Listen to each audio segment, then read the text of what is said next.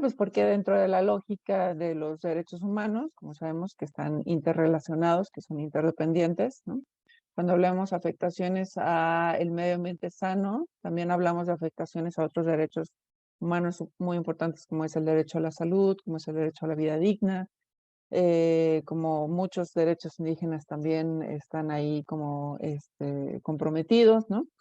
Y pues básicamente estamos comprometiendo también nuestra calidad de vida, ¿no? Muchas otras cosas que van aparejados a mantener el medio ambiente en las condiciones adecuadas, pues para favorecer el desarrollo y florecimiento de todos estos derechos humanos, ¿no? Entonces, creo que es muy evidente, por ejemplo, cuando vemos casos muy específicos, como pueden ser casos de contaminación por hidrocarburos, o cuando son casos de deforestación, o cuando son casos de contaminación de mantos acuíferos, ¿no?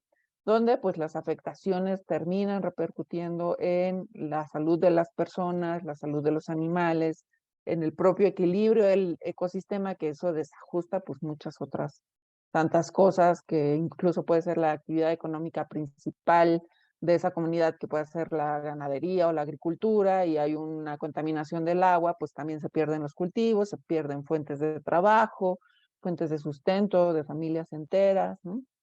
Y pues al final del día también los procesos sociales, ¿no? La cuestión social, los procesos comunitarios se ven afectados, hay escaladas de violencia, se empiezan a percibir pues conflictos sociales también ya mucho más específicos. Entonces, pues es todo una cadenita, ¿no? Eh, que se va literal como relacionando poco a poco, y entonces pues hablar de afectaciones ambientales al final del día también es hablar de muchos de los derechos humanos que se ven afectados. Entonces creo que por eso es importante hacer esa vinculación.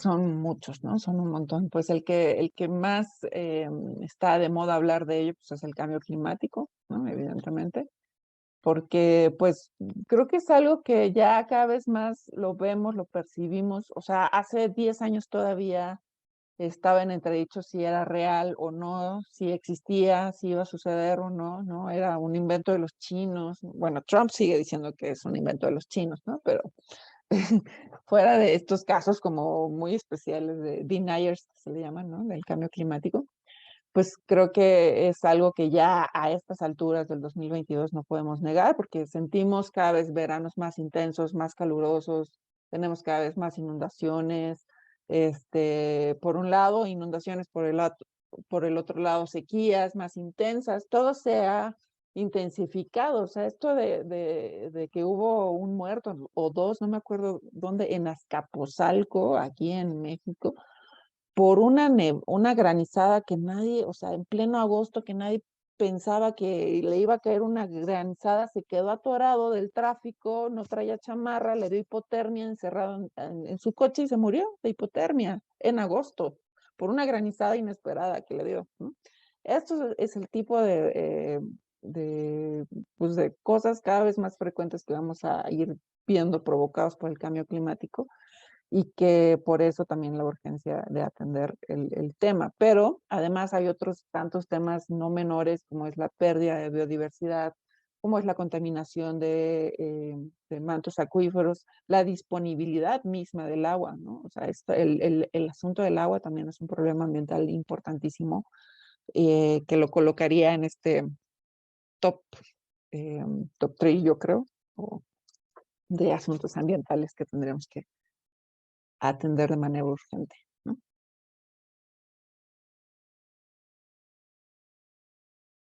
Pues mira, el acuerdo de Escazú es muy importante, es un súper acuerdo, ¿no? ¿Por qué? Porque básicamente nos habla más in extenso de la importancia de los principios de acceso, lo que conocemos como los principios de acceso, que son estos de los que ya se hablaban en el principio 10 de la Declaración de Río, que fue creada en 1992. Es una declaración muy importante en materia ambiental, pero digamos que no lo habíamos desarrollado a nivel regional de Latinoamérica, eh, inextenso. ¿Por qué? Porque ya por ahí existía algún convenio, el europeo, digamos, muy similar al Acuerdo de Escazú, que es el convenio de Aarhus, pero pues era aplicada solamente en materia europea, ¿no? Y hablaba precisamente de la importancia fundamental que tiene en asuntos ambientales, digamos, hablando en términos de justicia ambiental, pues el trío fantástico que le llamamos los principios de acceso, que el primero de ellos pues es el acceso a la información ambiental, evidentemente, información muy específica que tenemos que conocer antes o bueno, la teoría es que sea antes, ¿no? De cualquier megaproyecto, como para entender los alcances, el impacto ambiental que pueda tener determinado proyecto. Y la segunda cosa muy importante también es la participación pública en los asuntos que tengan que ver con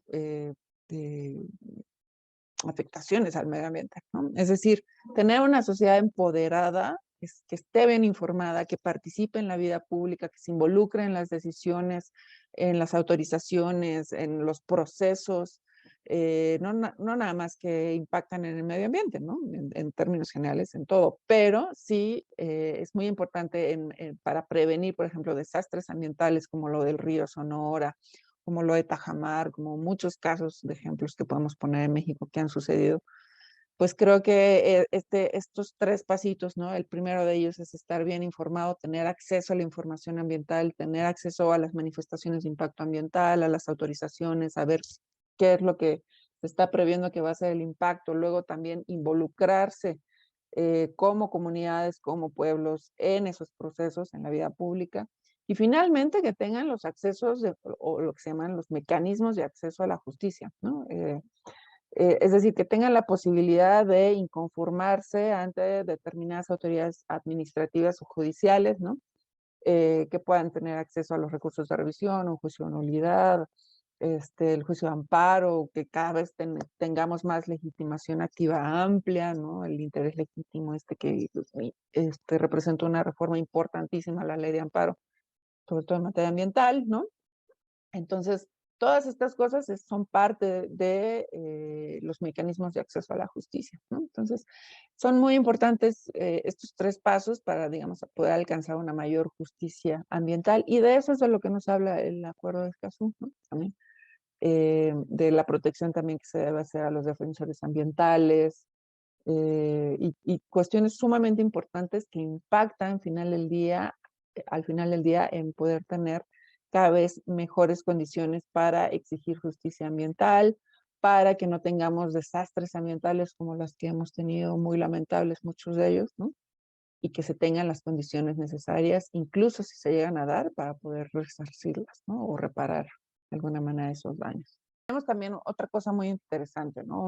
Una nueva, bueno, todavía le digo nueva, ¿no? Regla del juego que se cambió a partir de la reforma constitucional de derechos humanos del 2011, pero es el hecho de que los convenios internacionales, los tratados internacionales, pues ya entran al mismo nivel que la Constitución, aplicando una interpretación conforme, el principio de convencionalidad y todo esto, ¿no? El 133 constitucional. Pero además de eso, el hecho de, por ejemplo, en un sentido más práctico, los juicios que se están llevando directamente contra el Tren Maya, ¿no? Partiendo del mismo ejemplo. Bueno, pues puedes citarle al juez justamente el acuerdo de Escazú, puedes pedirle que haga una interpretación conforme, puedes pedirle que analice si en todo este caso del Tren Maya realmente se hizo un acceso adecuado a la información ambiental, si realmente hubo una participación adecuada de la población, si se hizo la consulta popular, si no se hizo la consulta, si las comunidades están de acuerdo, si no están de acuerdo, si están involucradas. Y sobre todo, pues si han tenido los mecanismos de acceso a la justicia, que te digo, no nada más son los judiciales, también están los administrativos, es decir, si se cumplieron todas las fases del proceso como debieron haberse cumplido, si se está observando de manera adecuada la legislación administrativa y ambiental, ¿no? En todos estos diversos, como para determinar si realmente este proyecto viola derechos humanos al final del día o no, ¿no? Entonces, el acuerdo de Escazú es como este faro, ¿no? Es un faro que nos ayuda a iluminar este panorama, que nos ayuda a dilucidar si en determinado caso, en determinado proyecto, se están violando derechos humanos y cómo tendría que hacerse de manera correcta, ¿no? Darnos el rumbo de cómo encaminarnos hacia el buen camino, ¿no? Del cumplimiento de derechos humanos en lo general y evidentemente en materia ambiental.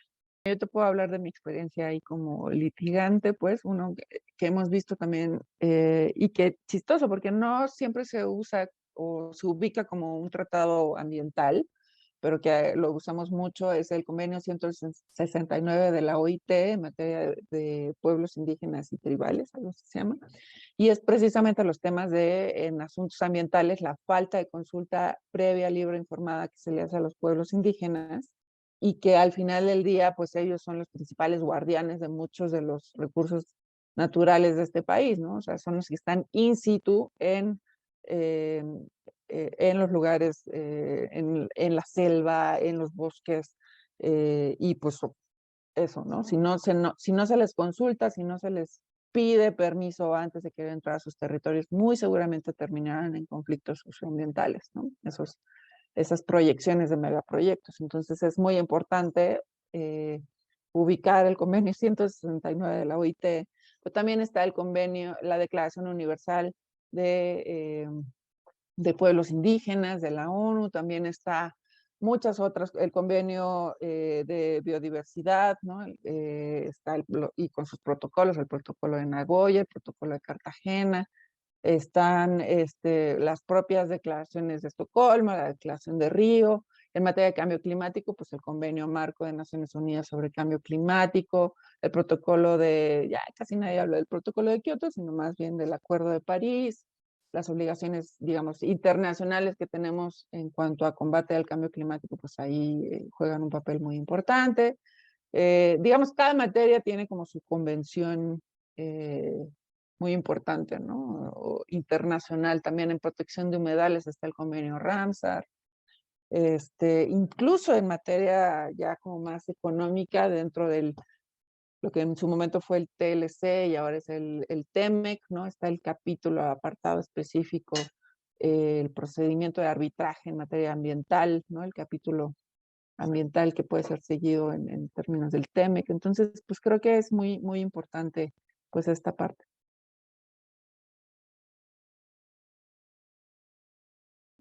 Bueno, el sistema universal, digamos, como que ahí cuando fue creada la Declaración Universal de Derechos Humanos, por ahí el medio ambiente todavía no figuraba, ¿no?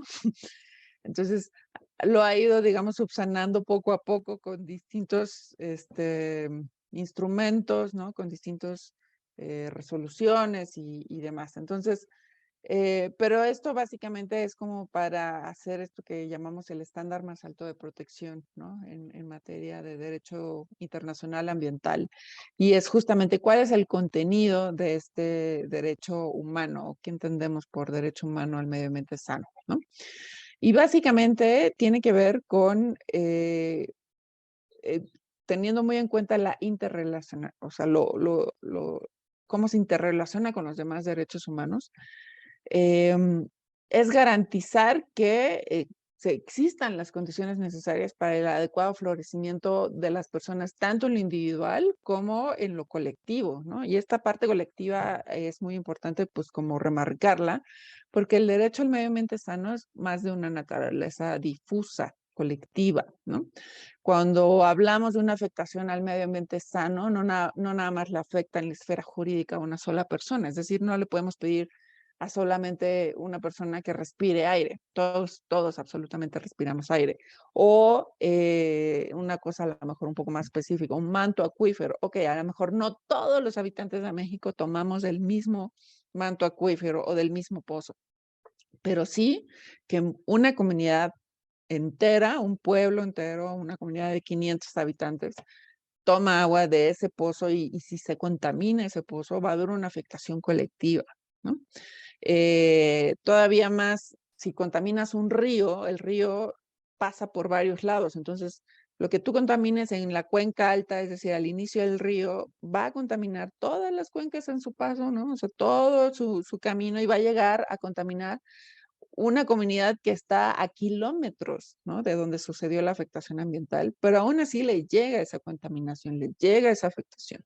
Entonces, tenemos que interiorizar que el derecho al medio ambiente sano implica una lógica colectiva muy importante que, por ejemplo, pues esto a la hora ya de aplicarlo de manera como más aterrizada al juicio amparo, que es el juicio por excelencia para salvaguardar los derechos humanos, pues tiene que ubicarse que es esta naturaleza colectiva, difusa, como para que los jueces vayan ubicando pues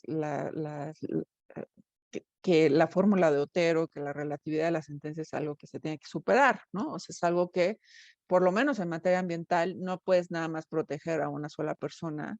Yo entiendo que en algunos casos es necesaria la fórmula de Otero, pero en los casos ambientales, pues más bien necesitas superar la relatividad de las sentencias para darles estos efectos generales y lograr sentencias que sean favorecedoras y realmente cumplan el artículo primero constitucional, es decir, las obligaciones de proteger, garantizar, promover los derechos humanos, en especial el derecho al medio ambiente sano para toda la población, ¿no?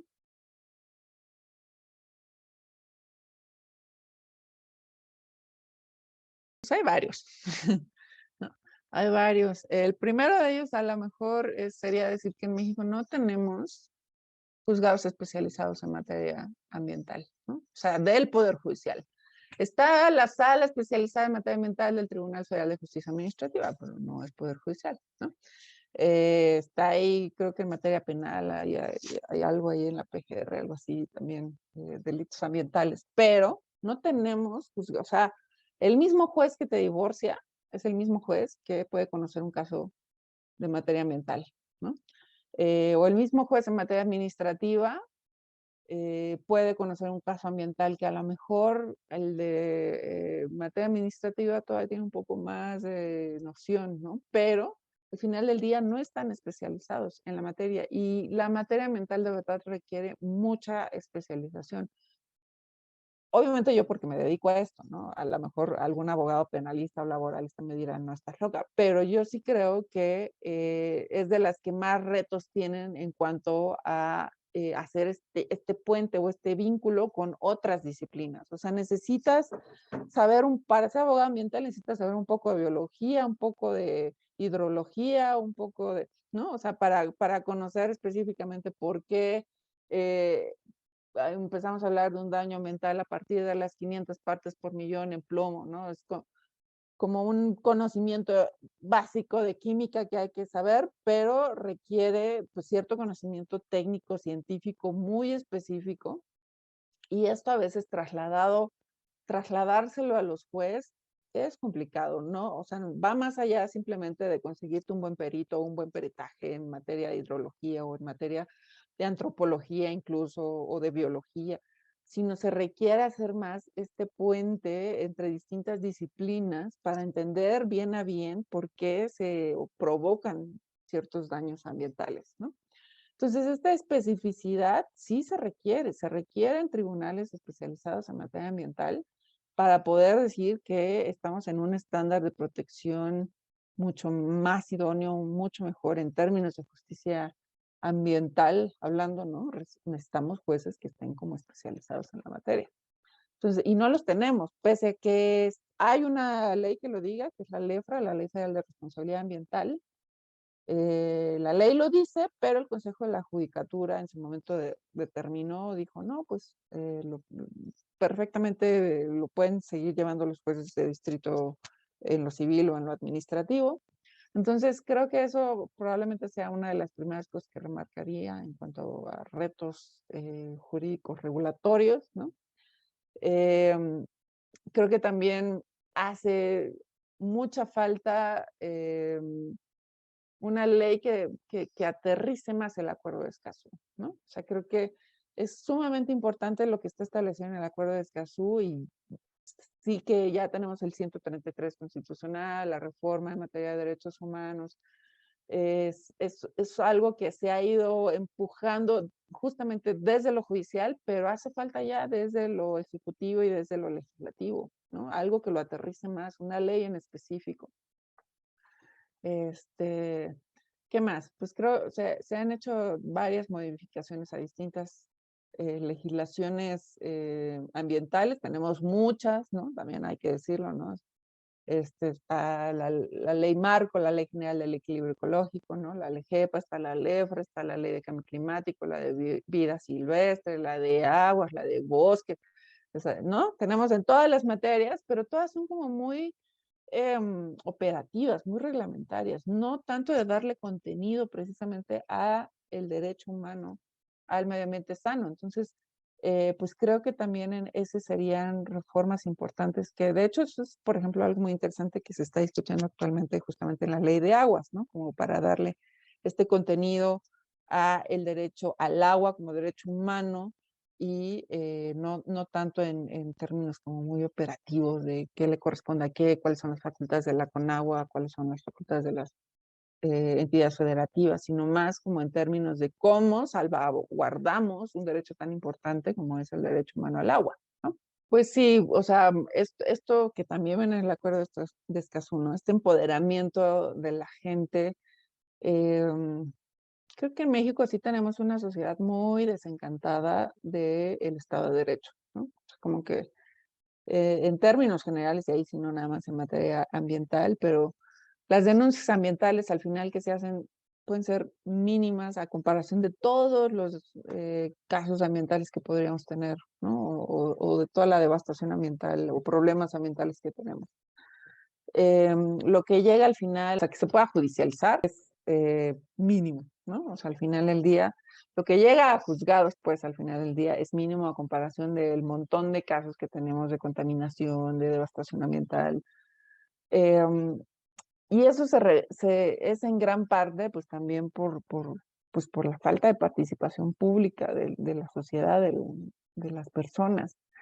Creo que también, pues tenemos ambientalmente hablando, o sea, si lo viéramos como en la lista de prioridades, pues está un poco hasta el final, ¿no? O sea, como que esto es entendible, o sea, primero las personas se tienen que preocupar por mil y un cosas antes que por el asunto ambiental, ¿no? O sea, antes de, este, no sé, de ponerte a reciclar o cuestionarte tus hábitos de consumo, todo esto, hay otras necesidades como muy básicas que se tienen que satisfacer.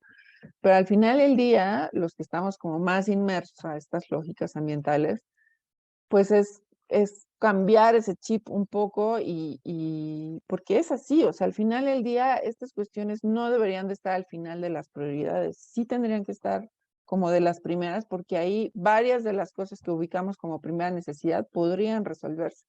Cosas de, por ejemplo, disponibilidad de alimentos, ¿no? O de combate al hambre o combate.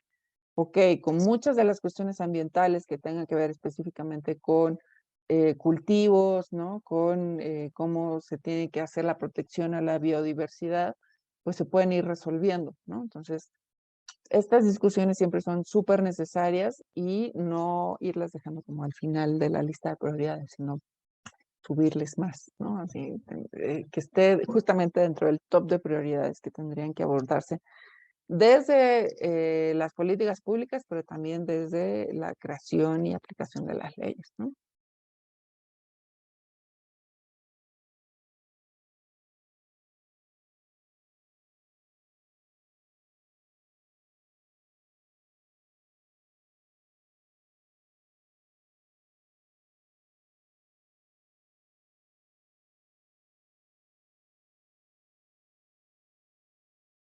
Pues mira, justo has dado, yo creo que en el tema más doloroso, ¿no? Que tenemos y que no es un problema menor, y justo es un problema que, en mi opinión, no se ha abordado de la manera adecuada, con la importancia que requiere, ¿no? El tema, que es el tema de las agresiones a los defensores ambientales, que tenemos un índice altísimo, ¿no? En México, y que un poco se debe a muchas aristas, ¿no? O sea, yo creo que justo en términos generales a defensores de derechos humanos tenemos un alto índice de agresión en todas las materias, ¿no?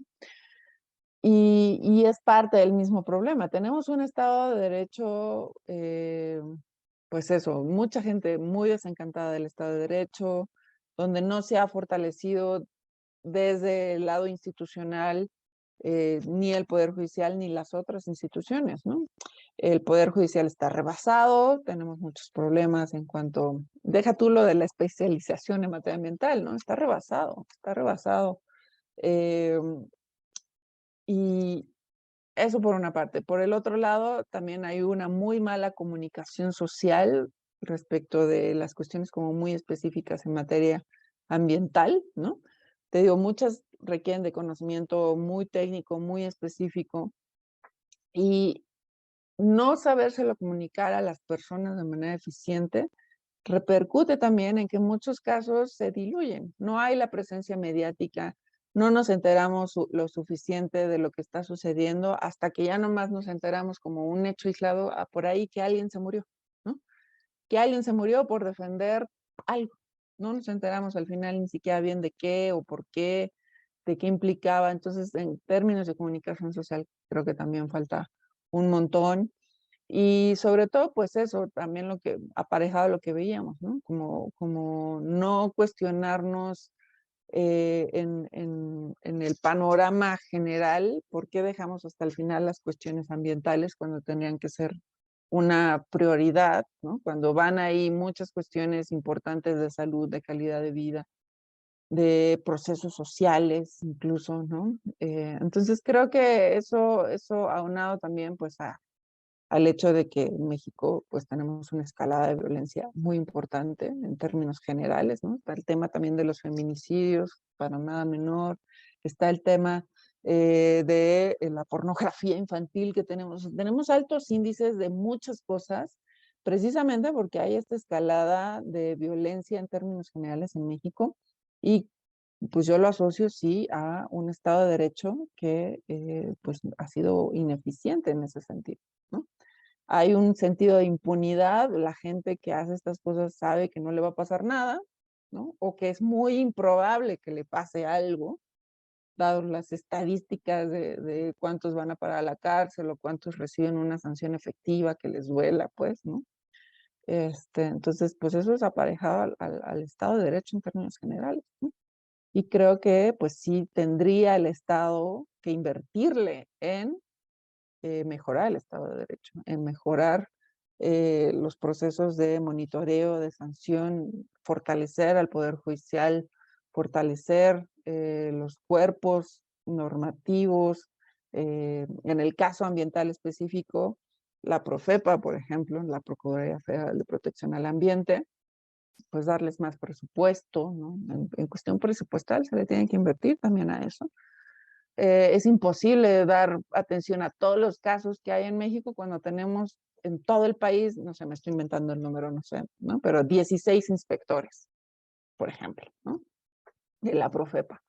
No son suficientes, ¿no? Así como el Poder Judicial está sobrecargado, pues el administrativo también, ¿no? O sea, las procuradurías, en el caso del ambiental, la Procuraduría Ambiental, pues está rebasada en muchas cosas, ¿no? Ya ni se diga la Comisión Nacional de Áreas Naturales Protegidas, que durante mucho tiempo, sexenio tras sexenio, se le ha ido recortando el presupuesto cada vez más, ¿no? Entonces, pues cada vez tenemos menos guardabosques, menos personal administrativo encargado de la protección de áreas naturales protegidas. Casi que ya están desapareciendo, ¿no? Porque no hay presupuesto. Entonces sí hay que invertirle tanto en lo económico, en el presupuesto, como en recursos normativos, ¿no? Esto es un tema clave, muy importante, ¿no? En la medida en la que se resuelva, creo que necesitamos mayor apoyo en términos generales del gobierno en sus múltiples niveles y sus múltiples poderes, ¿no? Del Ejecutivo, Legislativo, Judicial, para resolver este tema que no nada más es exclusivo de materia ambiental, que tenemos un problema, como te decía, muy grande de feminicidios, pero es la misma lógica, ¿no? Es la lógica en la que se proteja realmente a las personas y que existan los mecanismos los de acceso a la justicia para que este tipo de cosas se detengan, ¿no? Hay que invertir en seguridad, hay que invertir en fortalecimiento de las instituciones judiciales y hay que invertir también en cada vez mayor y mejores leyes en nuestro país. Creo que así lo resumiría.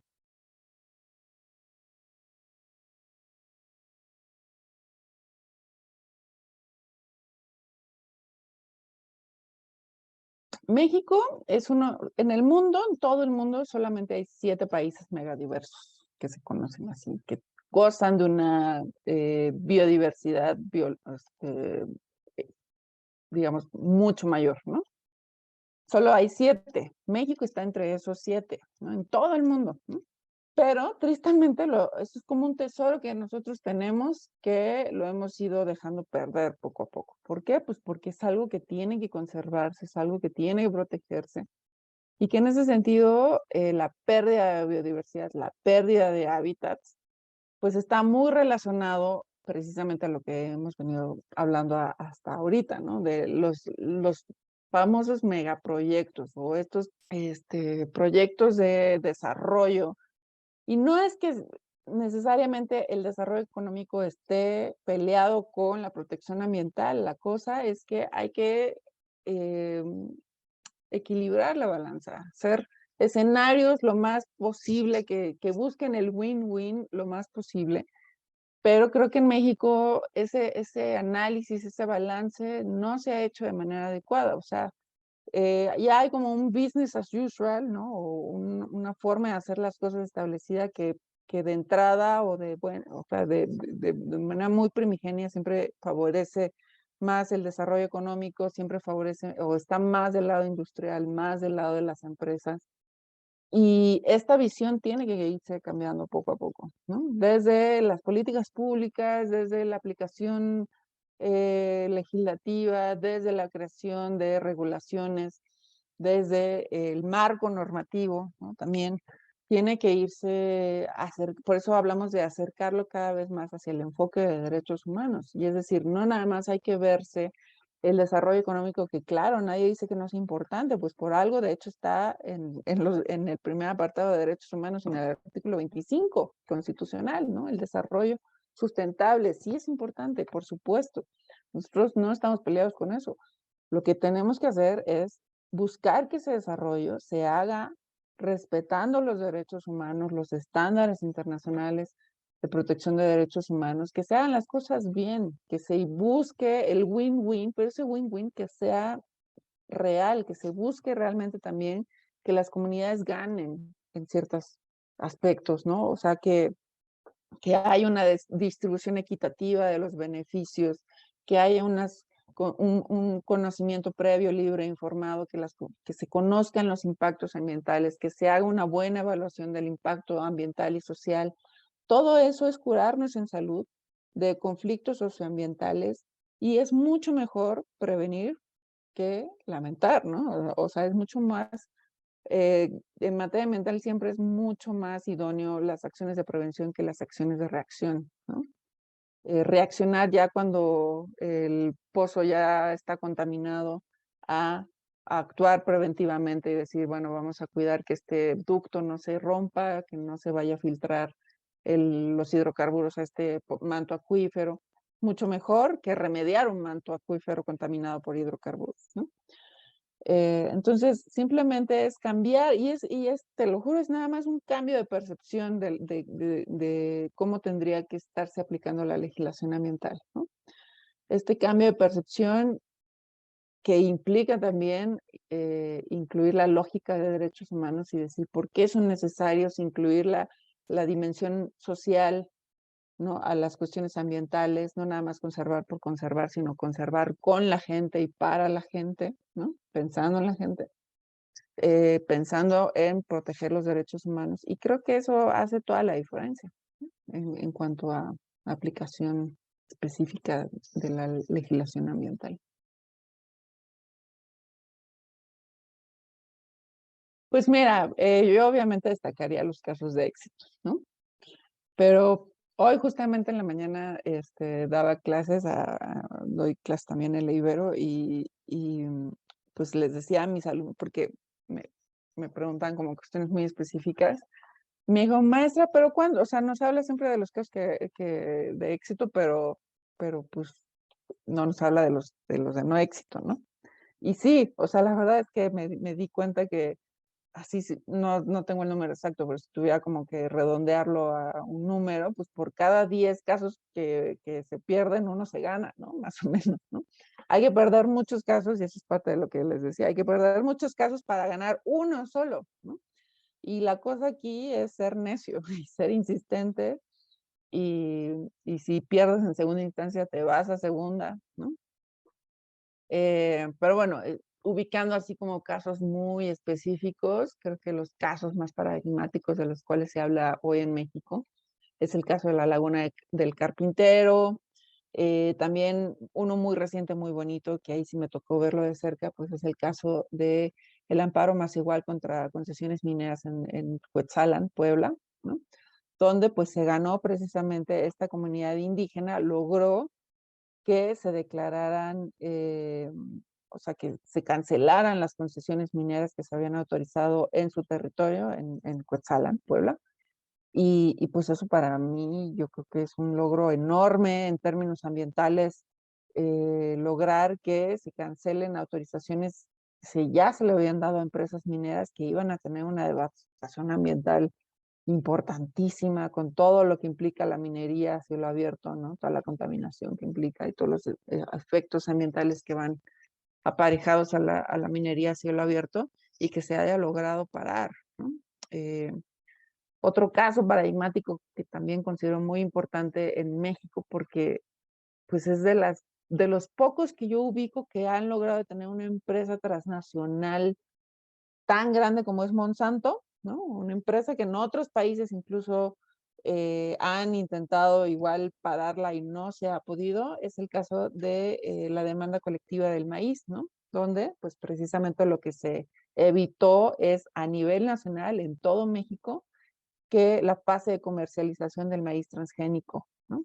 Siendo México el centro de origen y de diversificación del maíz, ¿no?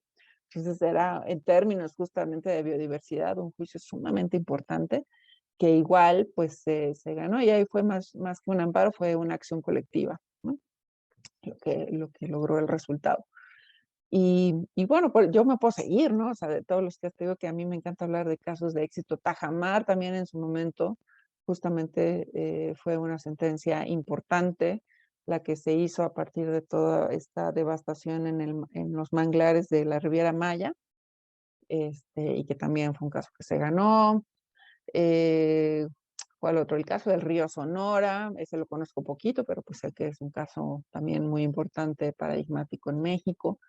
Em, el caso del puerto de Veracruz, donde pues, precisamente las acciones de ampliación del puerto, muy aparejado a toda la lógica petrolera y a toda la lógica como muy mercantil, eh, en el puerto de Veracruz, pues está provocando la pérdida a uno de los principales arrecifes del mundo, es el corredor arrecifal del Golfo de México, donde pues tenemos, es como pues, en términos, hablando de México megadiverso, uno de los países, 7 países megadiversos, pues los arrecifes son como los cuneros de muchas especies marinas, donde pues ahí se veía comprometido la subsistencia de muchas especies marinas, ¿no? Entonces, pues ese es otro caso también de éxito muy importante que podría remarcar, ¿no? Hay que ser perseverantes. Eh, Hay que tener mucha tolerancia a la frustración, ¿no? En términos generales, creo que ser defensor de derechos humanos o abogado especializado en temas de derechos humanos, pues hay que tener mucha tolerancia a la frustración. Hay días muy frustrantes, días súper tristes, ¿no? Días donde sales completamente desencantado, donde tienes una crisis de carrera, pero, pues, lo que les puedo decir, siendo ya desde este lado, es que cuando los casos que hemos ganado, justo los sientes, los celebras, te dan gusto por 10, ¿no? Porque perdiste 10 para ganar pero la victoria se siente como 10 veces más, ¿no? y es muy bonito, es muy gratificante, eh, pues saber que lo que hiciste tuvo una repercusión al final en la sociedad, en las personas, que estás haciendo algo por un bien común, ¿no? Trabajar por el bien común creo que es sumamente gratificante, simplemente con el hecho de trabajar para el bien común, ¿no? Sea que el resultado sea lo que sea, tener muy en cuenta que estamos trabajando para mover la frontera del derecho, para tener mejores estándares de justicia en nuestro país y en el mundo también, ¿no? Pues creo que eso es lo gratificante que te da la profesión, ¿no? O sea, como saber que aunque sea uno que ganes, pero con ese uno que ganaste, lograste que se aplicara mejor los estándares de justicia ambiental en México, creo que esa es la mejor satisfacción que uno puede tener, ¿no? Y obviamente, pues te vas encariñando a veces con la gente, con sus luchas, te vas identificando y eso también es súper enriquecedor, ¿no? El hecho de el trabajo colaborativo, multidisciplinario, conocer diferentes visiones y posturas de otros lados, de otras formas de vida también, ¿no? Uno que está muy metido en la lógica urbana, en la ciudad, ¿no? Y sale a las comunidades y ve el funcionamiento de la propia comunidad, también es súper gratificante, ¿no? O sea, sí, sí, a mí pues me gusta mucho, ¿no? Creo que es súper gratificante conocer a estas personas que realmente están dispuestas a dar la vida, o sea, sin dramatizar nada, ¿no? O sea, o sin romantizar nada. Muchos de ellos sí están dispuestos a dar la vida y la han dado, precisamente por lo que hemos comentado de las agresiones a los defensores de derechos humanos, y la han dado muchos de ellos, lastimosamente, pero están dispuestos a ello. Y trabajar con esas personas, pues es un verdadero honor, ¿no? O sea, trabajar con personas que estén así de comprometidas, que tengan esa visión y compromiso con las cosas y con la protección del bien común, ¿no? Y de la protección ambiental, pues es muy bonito también, ¿no? A mí me encanta, me gusta mucho. Y pues eso, también está la otra parte que te digo, o sea, ya siendo justos, ¿no? En la otra parte que también puede ser muy frustrante, que le ves muy pocas posibilidades de ganar a un caso, ¿no? Como dices, no, justo, ¿no? ¿Cómo le voy a ganar a Monsanto? ¿Cómo le voy a ganar a un megaproyecto así, ¿no? Pero pues eso, que por eso me gusta hablar de los casos de éxito, que sí se puede, ¿no? Que sí hay casos de éxito, que sí se han ganado cosas, que sí se han avanzado en muchas otras cosas, que nos falta mucho, eso sí, también, ¿no? Pero no porque nos falte mucho vamos a pararnos o vamos a cansarnos y ya no hacer nada o a detenernos, sino al contrario, que nos sirva de incentivo para saber que tenemos que seguir en la lucha, presentando juicios, haciendo incidencia en política pública, haciendo incidencia, remarcando la importancia de cambiar las leyes, de reformar pues, el trabajo, ¿no? Propiamente de los abogados ambientales y en general de los defensores de derechos humanos. Creo que tiene esos frutos amargos, agridulces, dulces, de todo. Pero pues los dulces son dulcísimos, son muy bonitos.